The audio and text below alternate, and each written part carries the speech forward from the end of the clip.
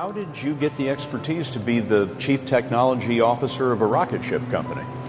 I do have a physics background. That's helpful as a foundation.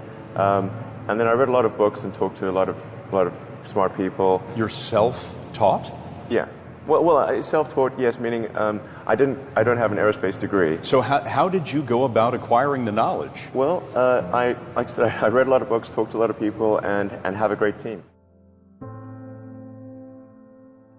The odds of me coming into the rocket business, not knowing anything about rockets, not having ever built anything, I mean, I would have to be insane if I thought the odds were in my favor. Why even begin? When something is important enough, you do it even if the odds are not in your favor.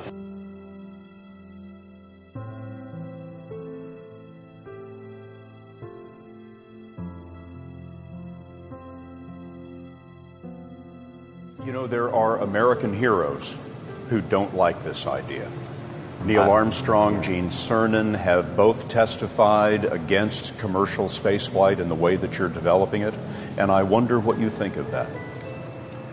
I was very sad to see that, because those guys are, those guys are heroes of mine, so it's really tough. I wish they would come and visit and see the hardware that we're doing here. And I think that would change their mind. They inspired you to do this, didn't they? Yes. And to see them casting stones in your direction. It's difficult. Did you expect them to cheer you on? So they're hoping they would. What are you trying to prove to them?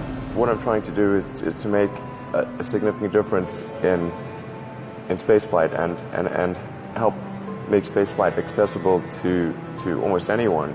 And I would hope for as much support in that direction as we can receive.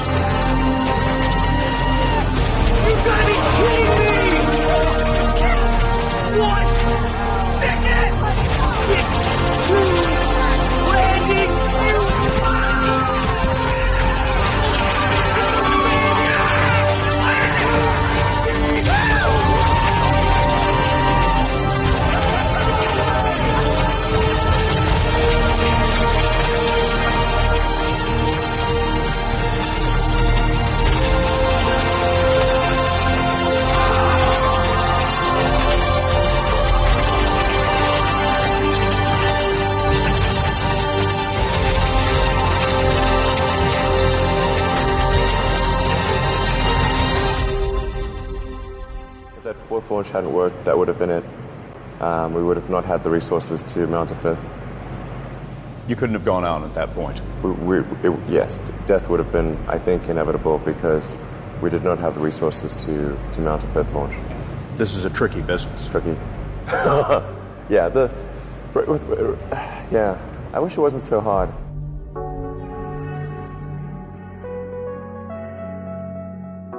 When you had that third failure in a row, did you think, I need to pack this in? Never. Why not? I don't ever give up. I mean, I'd have to be dead or completely incapacitated. If you just accept the probabilities, then that diminishes fear. When starting SpaceX, I thought the odds of success were less than 10%, and I just accepted that actually probably I would just lose everything. But that maybe would make some progress if we could just move the ball forward. Even if we died, maybe some other company could pick up the baton and keep moving it forward. So that would still do some good. Same with Tesla. I thought the odds of a car company succeeding were extremely low.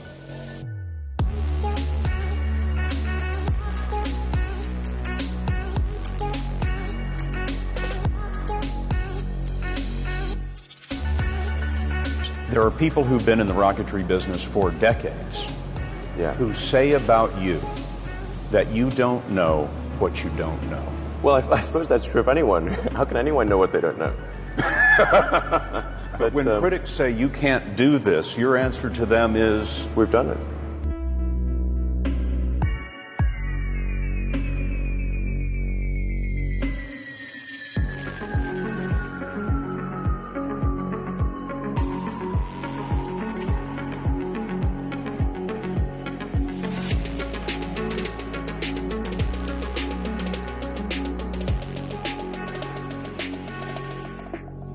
Now is the time to take risk.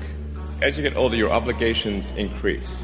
And once you have a family, you start taking risk not just for yourself, but for your family as well. It gets much harder to do things that might not work out. So now is the time to do that before you have those obligations. So I would encourage you to take risks now. Do something bold. You won't regret it. Thank you.